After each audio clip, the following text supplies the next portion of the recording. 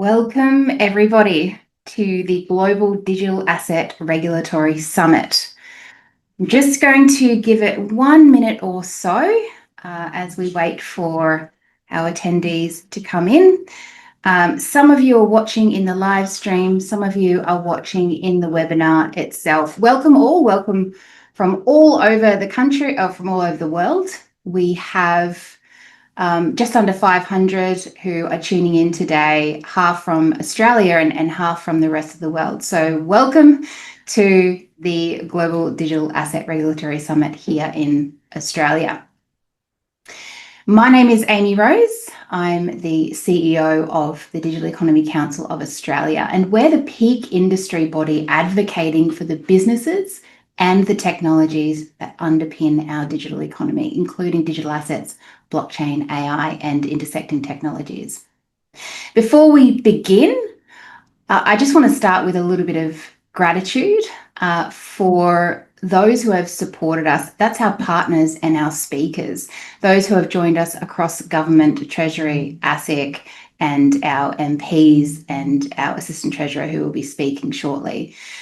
Our sponsors, particularly TRM Labs, OKX, SwiftX, XDC Network, and CoinSpot. I can't express enough, as an industry association, as a not-for-profit who is completely solely dependent on membership, how important this support is, particularly right now as we are in a critical juncture. And I think we can speak for everyone globally that we certainly are in a pivotal moment for digital assets and the digital economy at the moment.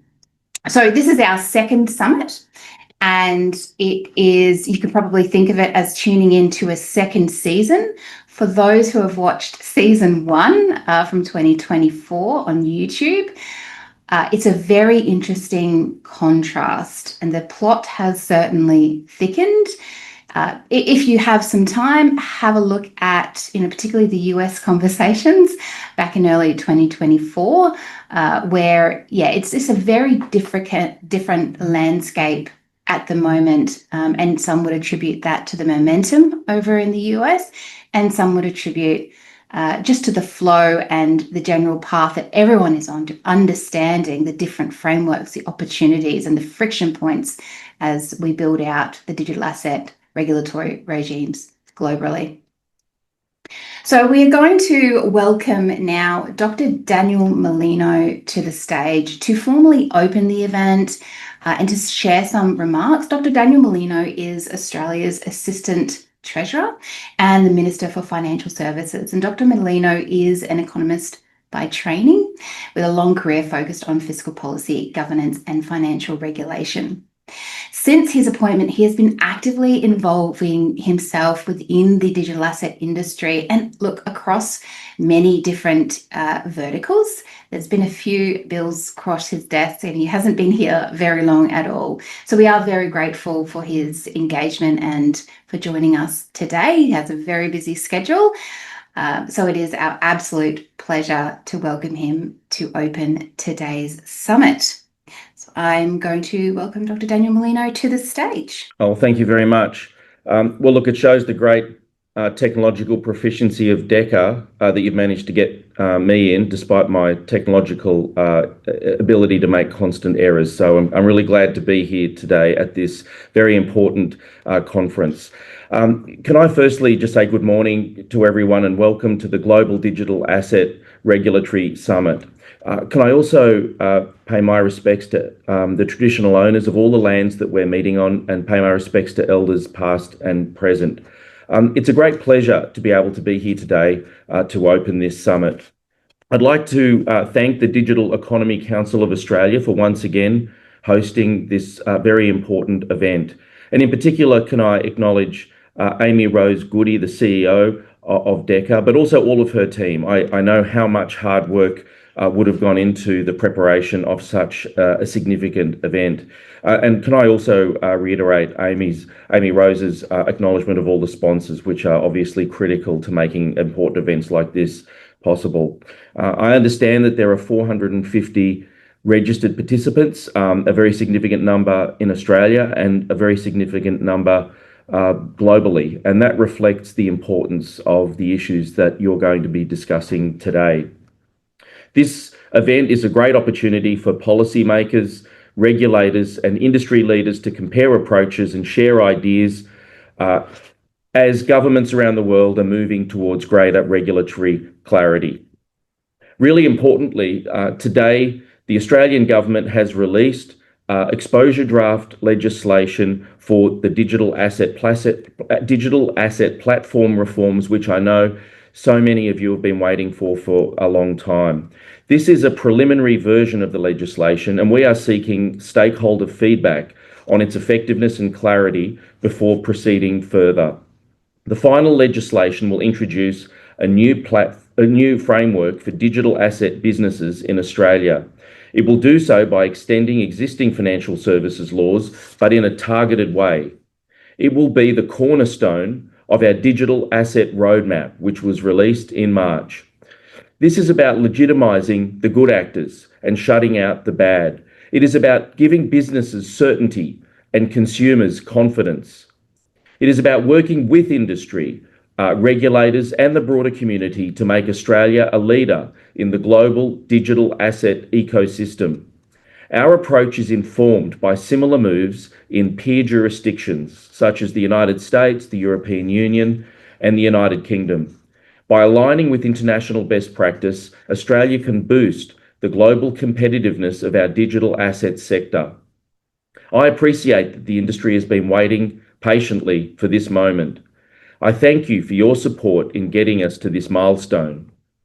Digital assets already fall within Australia's existing legal and regulatory frameworks. Despite this, failures of digital asset businesses have highlighted the consumer risks, particularly where operators pool and hold client assets without consistent safeguards. We are addressing this by extending well understood and time-tested Australian financial services frameworks to target the riskiest parts of these businesses. The draft legislation that will be released today aims to manage risks associated with digital asset businesses and to address regulatory uncertainties about how the existing laws apply to products and services in the digital asset space. And this will allow the industry to significantly unlock innovation. This will be good for both consumers and the sector. It will introduce two new financial products in the Corporations Act, the Digital Asset Platform and the Tokenised Custody Platform. This means digital asset platform and tokenised custody platform service providers will need to hold an Australian financial services licence. In addition, they will need to provide their services efficiently, honestly and fairly, manage conflicts of interest, and have dispute resolution systems. Operators of these platforms will be subject to a suite of obligations designed to accommodate the unique characteristics of digital assets. This will include complying with minimum standards for holding digital assets and facilitating and settling digital asset transactions. Above all, we've heard that what you need is clarity in order to innovate. We've heard that broad financial product definitions have left many digital asset businesses unsure about how to operate under Australian law. We understand that digital assets don't always fit comfortably within rules that were designed for traditional intermediaries. Some can move directly between users, and some have no clear product issuer. The draft bill that will be released today cuts through this uncertainty by setting targeted rules for key activities, such as activities involving wrapped tokens, public token infrastructure, and staking. This means they will no longer have to be forced into frameworks that were never designed for them. We also know how this market moves quickly. Rigid rules could leave gaps or stifle new businesses. That's why the framework includes tools to adjust, expand, or narrow obligations. Regulators will be able to strengthen safeguards when new risks arise and adapt as technologies and services develop. The framework does not displace existing laws. It introduces targeted elements of risk mitigation, regulatory clarity, and right-sized obligations. It is a more consistent, workable framework that encourages innovation by giving industry and consumers greater certainty about their rights and obligations. The government is also working with ASIC to ensure that there are appropriate transitional arrangements ahead of the legislative reforms coming into effect. So we are keen to hear your views on this proposed legislation. Can I also just make a couple of broad comments about Australia's productivity challenge? This government has made it clear that productivity is our highest overall economic priority. Of course, in the long run, productivity is how we lift living standards. It's how businesses become more competitive, how workers earn more, and how governments deliver services better in a more targeted way and without adding unduly to the tax burden. However, Australia's productivity challenges are long-standing, and they mirror the experience of many developed economies. The Australian government has a 5-pillar productivity agenda that responds to this challenge. We are not seeking productivity growth at the cost of higher unemployment or by insisting Australians work longer for less. We want people to work smarter for better outcomes. We are creating a more dynamic, competitive, and resilient economy. We are building a skilled and adaptable workforce, delivering quality care more efficiently, investing in the net zero transformation, and harnessing data and digital technology. Because in the long run, technology is the main driver of productivity growth. In the modern world, that largely means data and digital technologies. These technologies are reshaping industries and consumption patterns, making markets more efficient and challenging existing policies and presenting unique opportunities and risks for each country. Emerging technologies like artificial intelligence have high potential to contribute to productivity growth. Based on early estimates, the Australian Productivity Commission considers that multi-factor productivity gains from AI could exceed 2.3% over the next decade, which is very significant given recent productivity trends. Policymakers worldwide, of course, are working to harness the productivity potential of digital technologies while managing associated risks. Recent evidence shows that newer, scalable technologies based on software tend to diffuse more rapidly than technologies that involve the deployment of traditional physical capital. This means governments need to respond more quickly to harness their productivity potential. But we also need to get it right. Poorly designed regulation could stifle the adoption of beneficial new technologies and limit their benefits. So, to achieve productivity gains, we need a balanced regulatory environment that protects consumers and workers while enabling innovation and productive use. It's also important that we think about productivity holistically. In many advanced economies, declining economic dynamism and competition have reduced firms' incentives to adopt new technologies. So while smarter digital policy can help reinvigorate innovation and technology uptake, it's not a silver bullet.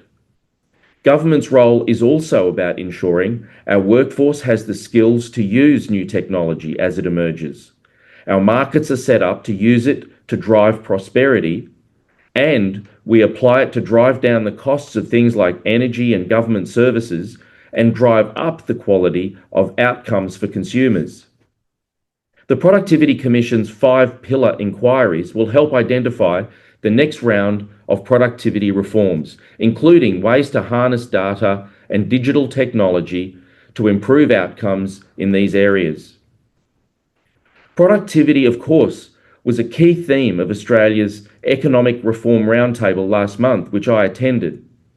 Over the 3 days, leaders from business, unions, civil society, and academia came together to work through the big issues. The discussions highlighted the opportunity and appetite to boost living standards by making our economy more resilient, more productive, and by strengthening budget sustainability. Digital technology and the use of data across our economy featured very prominently in the discussions. The roundtable identified 10 areas of consensus which will help set reform directions for the government. One of those 10 areas was harnessing data and digital technology to drive productivity and competition. Another important reform direction was making artificial intelligence a national priority. Following the roundtable, the Australian Treasurer, Dr Jim Chalmers, announced the immediate actions across a number of portfolios, including developing an Australian Public Service AI plan. Another was accelerating work on a national AI capability plan, including national interest principles for data centres. Of course, as all of you would know, AI is already changing financial services. A recent report by the Australian Finance Industry Association suggested that AI could deliver up to $60 billion in productivity gains by 2035. That is a huge opportunity. But there are risks too. There are risks to privacy, misinformation, and to some degree, workforce disruption. These are risks we must engage with as a government. The challenge is not to fear these changes, but to manage them in a way that empowers people. As the Treasurer has said, our job is to make Australia beneficiaries, not victims of technological change. This means investing in skills, education, and infrastructure so that businesses and workers can adapt. Platforms have transformed the way that Australians live, work, and connect. We all know the stories.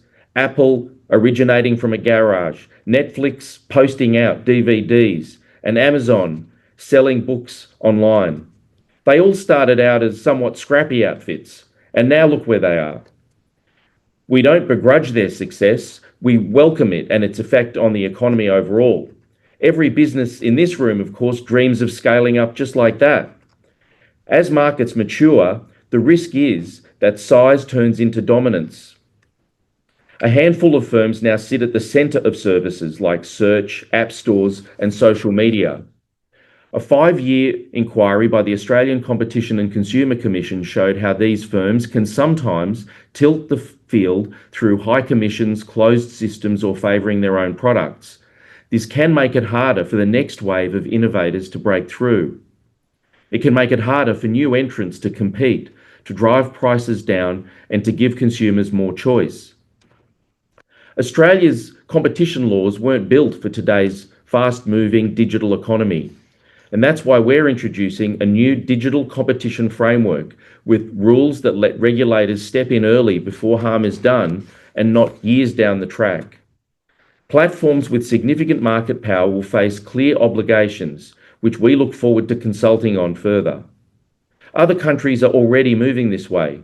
We're making sure that Australia does too. For fintechs, this is about making space for all businesses to thrive. A level playing field where the best ideas can rise, where small players can win on merit and not lose on market power, and where consumers get a better deal. Another issue I wanted to talk about was the consumer data right. Better consumer outcomes can also grow from better access to data, and that's where the consumer data right comes in. We are partway through a reset of the CDR to make it more practical and valuable for consumers and industry, while putting it on a sustainable footing. Many fintech companies are already using the CDR to help Australians switch and save thousands through banking data and energy data. Delivering these benefits in the past required consumers to engage in insecure data sharing practices. This exposes consumers to unnecessary risk. The CDR delivers the same benefits with security and trust built in. I look forward to working with key stakeholders on this conference in order to make sure that we can move forward with the CDR and that we can maximise the benefits for consumers and reduce the costs for industry. In conclusion, can I say that the Australian Government is developing a fit-for-purpose digital asset regime to help build a more dynamic, competitive, and productive economy. We want to seize these opportunities and encourage innovation at the same time as making sure Australians can use and invest in digital assets safely and securely with appropriate regulation. Thank you for your contribution on this journey. We want you to continue helping us to help you. Thank you very much for the opportunity to participate in today's very important forum, and I look forward to continuing to work with you on digital asset regulation and on the many other exciting opportunities that I've touched on today more broadly. Thank you again. Thank you so much, Mr. Mulino, for joining us today. Really appreciate that. We encourage everyone who is watching, particularly those in Australia, to reach out to DECA, to myself, Amy-Rose at deca.org.au, and Alec, my colleague here, who is eagerly awaiting your commentary on that draft that will be released today.